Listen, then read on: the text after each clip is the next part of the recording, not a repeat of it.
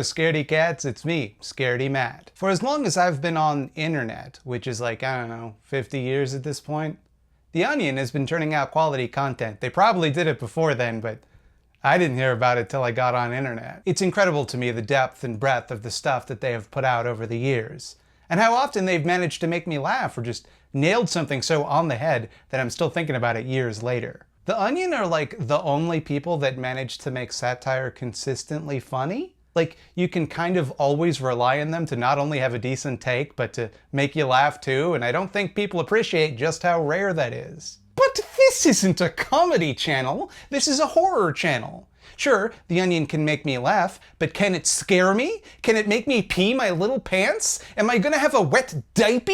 Surprisingly, the answer is yes. About a decade ago, The Onion put out a few web series, a couple of which, in addition to being really funny, were weirdly scary.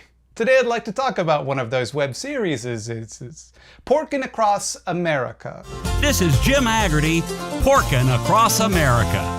You can watch the whole thing for free in the playlist in the description, and I highly encourage you to do so because this video will spoil some of the most delightfully gruesome surprises in the whole thing that if you're a sicko like me, you'll want to experience firsthand. Porkin Across America is a fictional reality TV show in the vein of a diners, drive-ins, and dives type of deal, where the host of The Onion's daytime talk show, Today Now, Jim Haggerty, travels across America trying pork dishes in every state. While he's on the road, his life back home begins to just completely fall apart, but he's too wrapped up in his mission to eat pork in all 50 states to attend to his problems. That's the basic joke. A pipe bursts in his condo, but he refuses to deal with it, telling his wife to just figure it out, and that gradually escalates into his condo flooding, destroying his whole building, his wife divorcing him, and his dog being euthanized in a kennel while he's powerless to help over the phone. Shit like that. Jim is obsessed with making his show work, despite knowing literally nothing about pork or food in general. He comments that raw pork looks like muscle to a confused line chef. Look at that. Yeah. It's almost like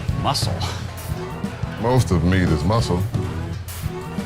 Certainly doesn't enjoy the food, and is often forced by strange circumstances into eating something disgusting, like a salad full of random pig parts or a raw sausage. He continuously interrupts interviews with personal phone calls as his life collapses on camera. He can't stop filming to attend his niece's funeral, even though he personally caused her death. And then he let her die alone. And as the layers are pulled back one by one, you get a picture of Jim's life. When he needs someone to move his car, he discovers that all of his friends are angry with him for not keeping in touch over decades. He doesn't understand basic things like trash disposal. He just flushes his mail down the toilet to keep his identity from being stolen. He tries to solve every problem in his life by just throwing huge wads of cash at it, and doesn't consider that might appear rude to people. He's not even a great host. He's constantly making awkward small talk and inadvertently saying offensive things. In particular, he does not understand pork or the pork making process, thinking that bones, quote, soften up while cooking. This results in a horrific injury where he jams a pig bone through his upper palate, which is like doing like there, that way in your mouth. And that's where things take a real turn for the gruesome. You see, Jim's wife has taken him off her insurance, so the doctors are forced to go with the cheapest option, a graft of pig tissue. Later, he burns his arms, and likewise, the doctors are forced to use a pigskin graft. And then he has a heart attack, and the doctors replace his heart with a pig's heart. Gradually also, through a pretty elaborate set of circumstances, Jim has become addicted to drinking pig's blood, so his body no longer recognizes his human organs, forcing the doctors to replace his organs with pig organs. Jim wakes up one day in the hospital confused and asks his producer, I am pig? The last straw comes when, due to an explosion, a plastic pig nose is melted to his face, and Jim discovers that he has more of a connection to pigs than to humans at this point. When he's tasked with slaughtering a pig, Jim becomes upset as the audience cheers on the pig's death. The love and affection the pigs have given him makes him realize what he's done, and in a last-ditch effort to reclaim his family, he finally abandons his show to go home to see his ex-wife. But she rejects him, calling him a monster, and Jim, having nothing left to tether himself to humanity, attacks the camera operator and flees. The final episode is no longer Porkin Across America, but rather an episode of Today Now, the daily talk show Jim had previously been a host of. Today's story? a mysterious human-pig hybrid. Jim recognizes his former co-host's voice, but ultimately sees that the world has moved on without him. The world no longer has a use for Jim Haggerty. The world needs only Pig. After the show, a sleazy producer offers Jim the chance to be a pig celebrity, but he refuses, choosing to stay with his adopted family in a simpler life. Finally, Jim understands the importance of humanity, and all it took was for him to turn into a pig. Porkin Across America has a lot to say about the nature of celebrity and the artifice of reality TV. Jim continues making this disposable trash TV that nobody ends up watching, and it costs him everything: his home, his family, his career, his humanity. No matter how dire his situation becomes, he time and again chooses his ridiculous self-imposed pork journey over the things which actually matter in life. He's selfish, reckless, and impatient to the point of self-destruction. While the camera is rolling, we see heartbreak after heartbreak, only for Jim to just kind of snap back into host mode and talk to the camera as if everything is normal. Mr. Haggerty, Nathan killed another dog at our kennel. Mr. Haggerty, I'm sorry, but our policy is that we will have to euthanize Nathan. Well, could you at least put him on the phone so I can say goodbye while it's happening? Okay, yes. Nathan, good boy, it's Papa. Oh, you're such a good boy. She's dead now.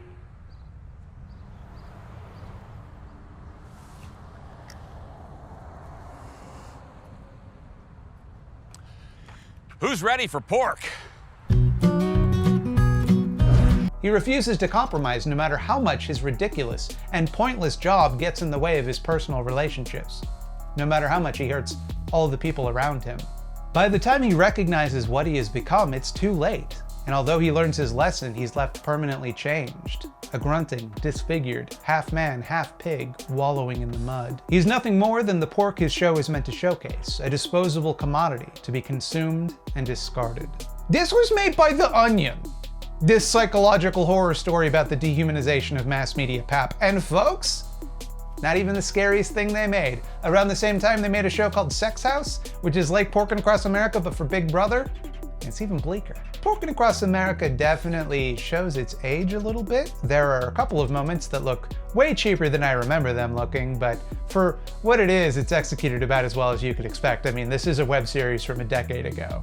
I highly recommend you check it out, and some of the other series The Onion produced around that time, like Sex House, Lake Dredge Appraisal, and Dr. Good. All of them are extremely funny, extremely relevant, and all have really weird horror elements that will get under your skin. Hey Maddie, guess what? I got big news. You're not gonna guess what I gotta tell you. It's me, Bobby Duke, star of the channel. Yep, I know who you are, Bobby. Remember? You said to me while you was under the influence of marijuana edibles, remember? I stopped being funny like 10 videos ago, but you kept putting me in each video. Now I'm more popular than you are. Remember me, Bobby Duke? What do you want? Well, obviously, Maddie. What I want is for people to like the video and subscribe to the channel, but that's not why I'm here, Maddie. I got big news. Maddie, I'm pregnant. I'm heckin' preggo. I'm gonna have a baby. I'm gonna have a little baby Duke. I have to delete this channel.